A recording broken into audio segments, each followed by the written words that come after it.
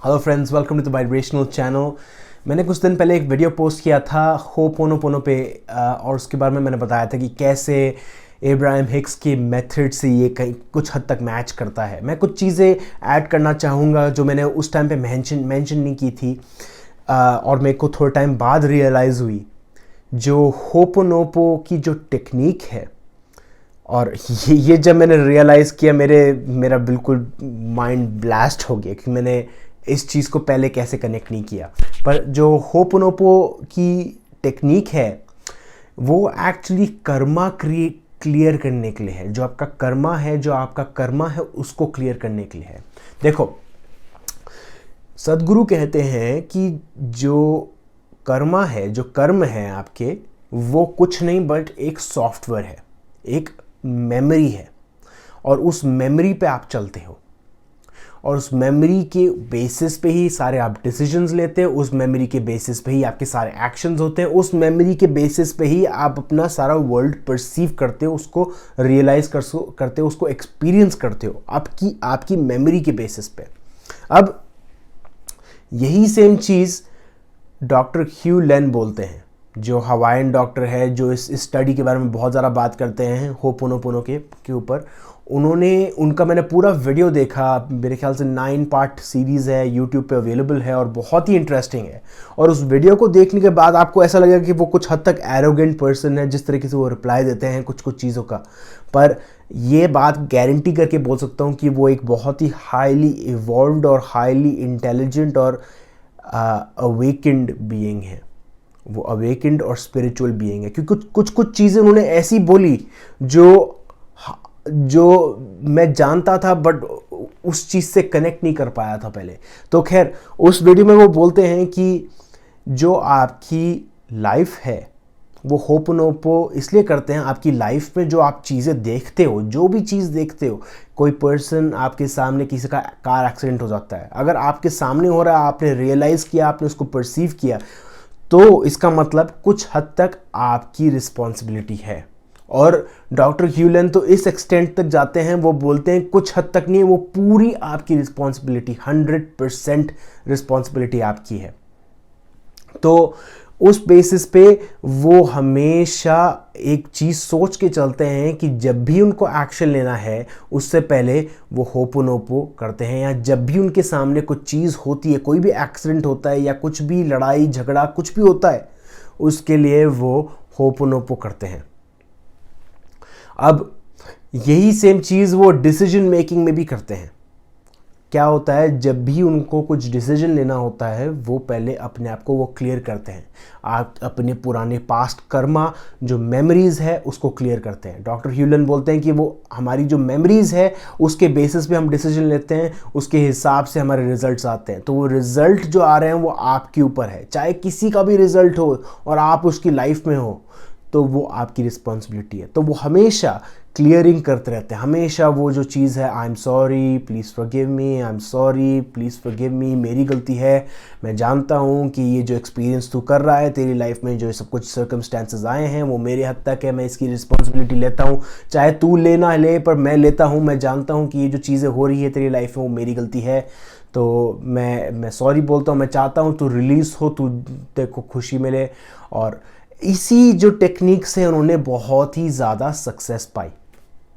अब उन्होंने एक और चीज़ बोली, उस इंटरव्यू करने से पहले, वो पहली बात तो किसी को इंटरव्यू देते नहीं है, तो इंटरव्यू करने से पहले जब उनके पास वो रिक्वेस्ट आई तो उन्होंने पहले ये क्लियरिंग की, होपनोप किया उन्होंने काफ़ी टाइम तक। उसके बाद उनको एक आंसर आया और उन्होंने ऐसे एक्सप्लेन किया कि उनके पास एक तरीके से एक फ्लावर जैसे ब्लूम होता है, वैसे ही उनके पास आंसर आया कि हाँ, उनको इंटरव्यू करना चाहिए।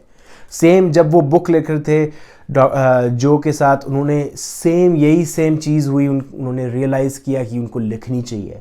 तो वही सेम चीज़ रियलाइजेशन तब हुई जब वो बिल्कुल ज़ीरो स्टेट पे आए।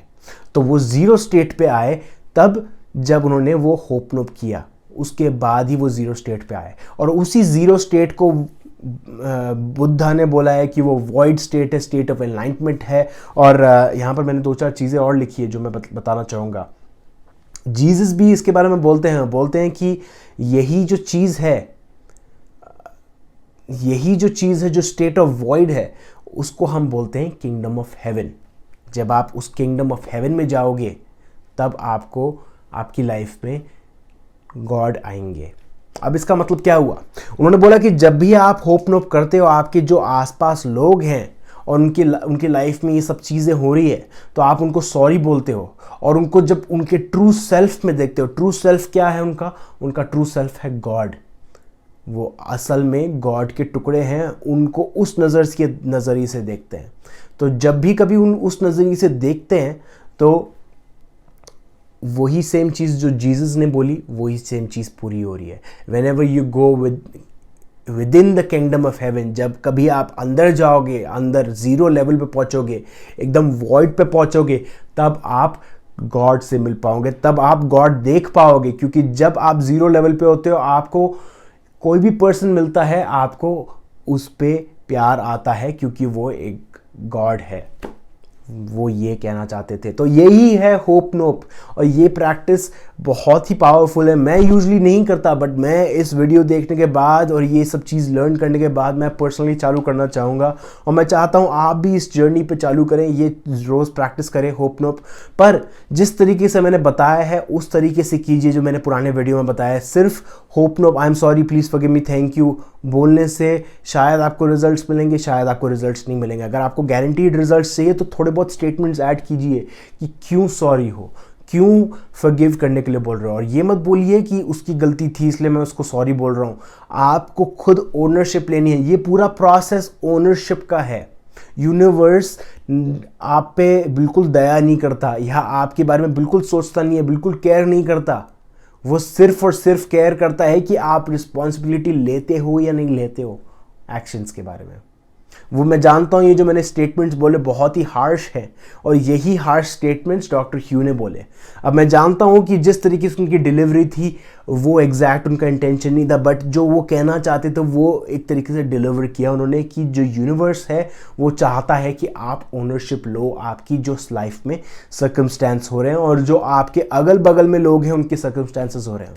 मान लो अगर आपका हस्बैंड या वाइफ बहुत अल्कोहलिक है, बहुत ज़्यादा ड्रिंक करते हैं, तो आप या आपके फादर या आपकी कोई भी आपकी लाइफ में ड्रिंक करता है और वो अपनी लाइफ वेस्ट कर रहा है या कर रही है, तब आप बोलोगे आई एम सॉरी, वो मेरे कारण हो रहा है, ये सब कुछ मेरे पास्ट कर्मा उस पर्सन पे हावी हो रहा है, मेरी मेमोरीज उस पर्सन पे आ रही है, तो मैं बिल्कुल सॉरी बोलना चाहूँगा और उसको रिलीज़ करना चाहूँगा, और मैं रिलीज़ करता हूँ। डिक्लेयर कीजिए, और जब आप वो डिक्लेयर करोगे तो उस पर्सन की जो सर्कमस्टेंसेस है धीरे धीरे चेंज होने लग जाएगी। ये था एक छोटा सा वीडियो होप नोप पे। कोई क्वेश्चंस हो प्लीज़ पूछिए। Thank you.